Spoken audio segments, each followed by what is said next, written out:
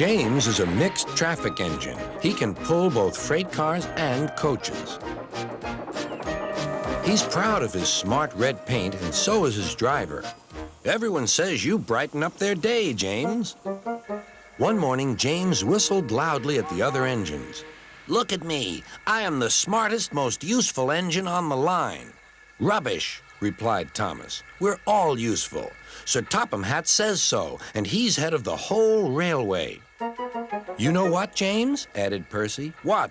Replied James. You're getting all puffed up. James huffed away. Later, he was still boasting. I'm the pride of the line. I saw you pulling freight cars, snorted Gordon. You're only a goods engine. I pull coaches, too. Not as much as I do. But Sir Topham Hatt has plans for me. James was only making this up, but Gordon believed him. What plans? Wait and see. Oh, dear, he thought. Now what'll I do?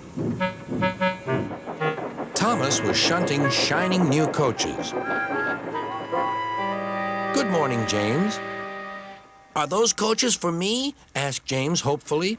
No, these are for Gordon's Express. I'll fetch your freight cars next.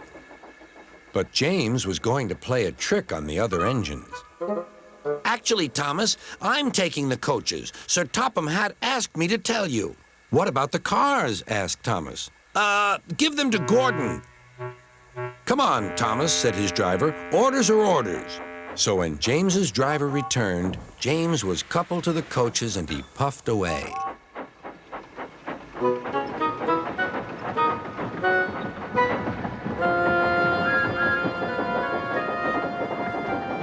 Thomas returned with the freight cars, and a few minutes later, Gordon arrived.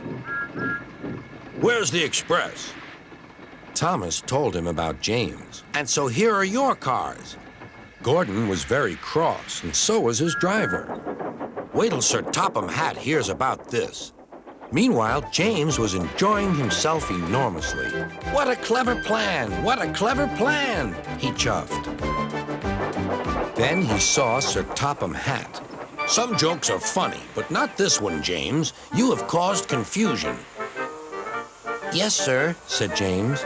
You will now stay in your shed until you are wanted.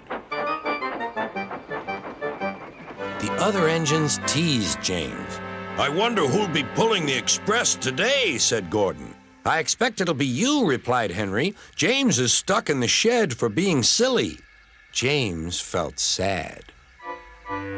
Next morning, he went back to work. Hello, whistled Thomas. Good to see you out and about again. I'm sorry I tricked you, said James. Are these my cars? Yes, replied Thomas kindly. They are pleased to have you back. James set off to the harbor with his train of freight cars.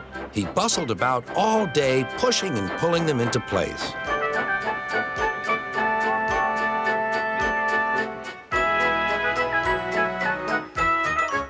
Time to go home now, James, said his driver at last. No cars or passengers, just we two.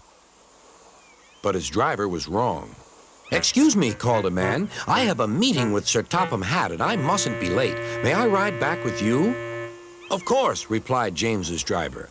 Then he whispered to James, This gentleman is a railway inspector.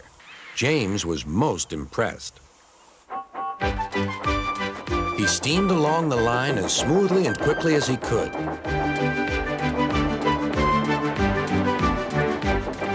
Sir Topham Hatt was waiting on the platform, and the railway inspector greeted him warmly.